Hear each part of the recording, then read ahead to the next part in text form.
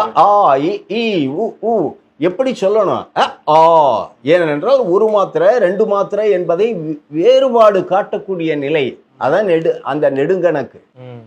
அ ஆ இ ஈ உ ஊ ஏ ஏ ஐ டிஃப்தாங் இப்படி கீழ் நோக்கி அழுத்துவார். எப்படி எந்த எழுத்தை ஒலிக்க வேண்டும், உச்சரிப்பு ப்ரொனன்சியேஷன் எப்படி இருக்கணும்னு சொல்லி கொடுத்தார்.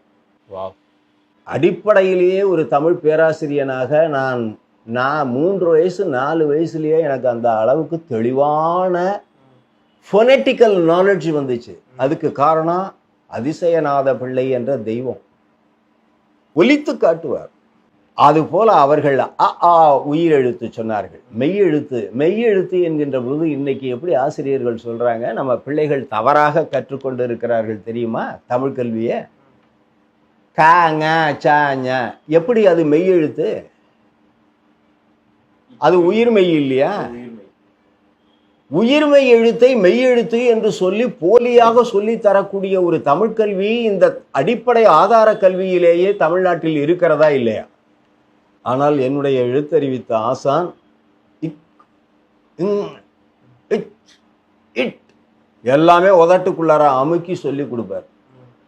ஏன்னா மெய்யின் அளவே அரையன மொழிப தொல்காப்பியம்.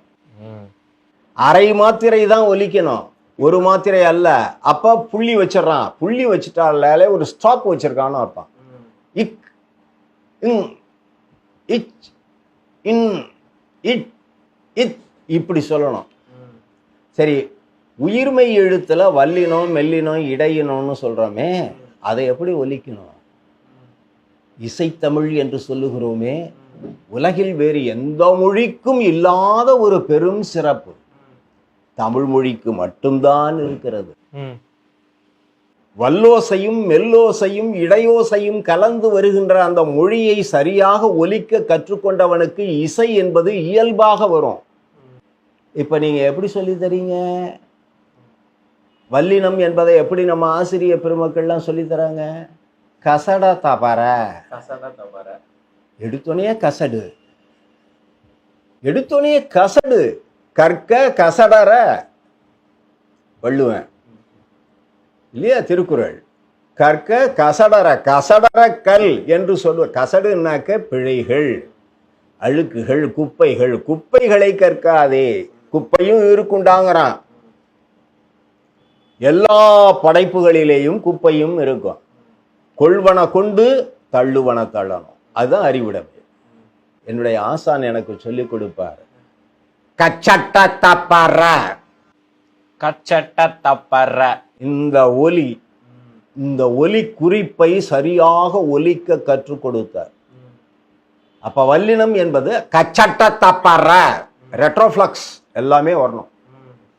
மொழியல்ல அந்த ரெட்ரோஃப்ளக்ஸ் வரணும். நாக்கு அந்த பெரண்டு முதல்ல வந்துருச்சுன்னா அதுக்கு நேர் கான்ட்ராஸ்ட், அதுக்கு நேர் கான்ட்ராஸ்டா இருக்கக்கூடியது எப்படி?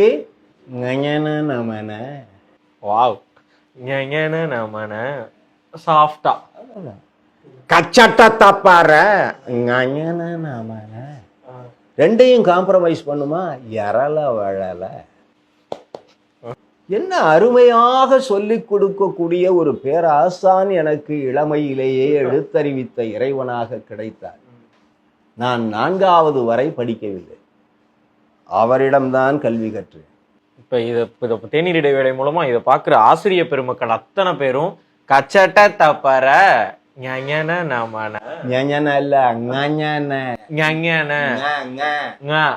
ஏன்னா இப்ப எல்லாமே பூனை ஆக்கிட்டாங்க.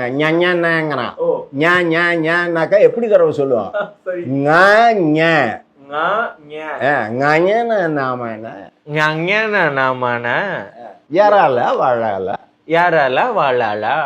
அப்படி சொல்லி தந்தால் நம்முடைய தமிழ் கல்வி என்பது தமிழகத்திலே எவ்வளவு அருமையாக அமையும் இந்த காலத்து தலைமுறை.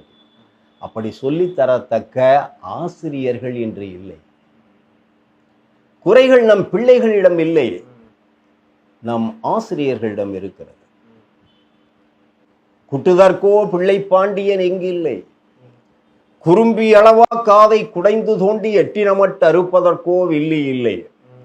இரண்டொன்றா முடிந்து தலை இறங்க போட்டு வெட்டுதற்கோ கவி ஒட்ட கூத்தன் இல்லை. விளையாட்டா கவிதைதனை விரைந்து பாடி தட்டுதற்கோ அறிவில்லா துறைகள் உண்டு. தேசமெங்கும் புலவரென திரியலாமே. ஒட்டக்கூத்தனும் அந்த பெரிய தமிழறிஞர்கள் எல்லாம் இன்னைக்கு இல்லைங்கிற காரணத்தினால எவாமனோ தமிழை சீரழிச்சுக்கிட்டு இருக்காங்க. என் தாய் கொடுத்த தமிழுக்கேவை தட்டுப்பாடு.